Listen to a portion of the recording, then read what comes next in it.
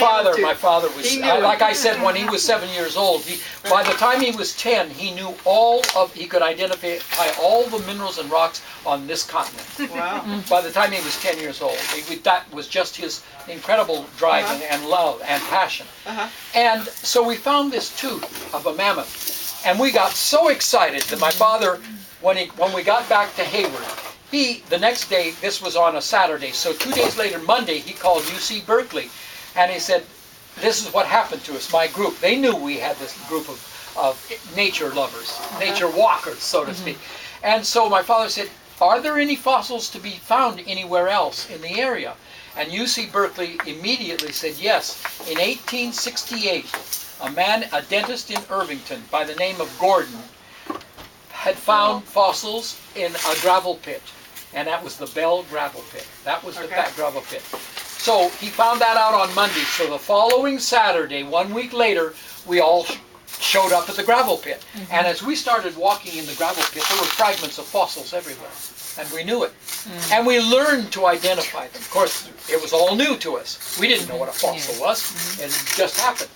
And we identified the fossils, and so we picked some of them up. And then my father made an agreement with the University of California and Mrs. Bell, the owner of the gravel pit, that all the fossils we found there would go to the University of California. And they would study them scientifically, and they would always be deposited at the university. So we made that agreement, and none of the fossils would go to private hands. So I never had a fossil in my childhood, ever. But we collected them and cleaned them and worked them out. So that was an agreement between the owners of the Bell gravel pit, that was Mrs. Bell, Anna Bell, and UC Berkeley. And that's why they all ended up at UC Berkeley. Because whatever we dug on Saturdays, by Monday they came by and picked them up. And our Sundays were always spent as children cleaning fossils in our front room. And in spite of my mother's protests. No, it was a dirty house. I mean, we had this kind of thing all over our home. Because there were three of us, three brothers sitting there cleaning fossils every Sunday or during the week. And so that's how it all happened. And then we got so the fact of finding fossils was incredible because no one knew that we had these animals, 2 million year old animals wandering around in the area, in the Bay Area and Northern California. And so it became known, and newspapers, just 343 newspaper articles written about us in 14-year period. That's how popular it became. And then Life magazine, Associated Press from San Francisco got a hold of the story. They sent it to Time magazine. Time magazine owned it. They owned the Life magazine at the time. And so Time magazine and Life magazine discussed who was going to write the story. And so Life magazine won out because they thought it was a great thing. Right, pictures. Pictures, you know what it was. Life magazine was the picture magazine. And so they got the story, and they sent out a couple that had just married, and they spent their honeymoon out writing this article about us in Life magazine. And they were in their mid-20s, and they just adored all of us, and we adored them, and they could communicate with it. So it was a wonderful experience. They took hundreds of photos, but the 5 photos that and the story they published followed that was December the 10th, 1945. And you can imagine the war had ended. Right. And so this was important. What did our youth do during the war? Did they just scribble on...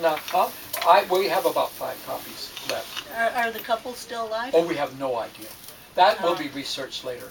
Those are part of the things that have to be researched. Because it'd be neat to get their input. Oh, there's no question about it. But they were so adorable, this couple, and they need to be well written up because they enchanted us. We just thought they were fabulous.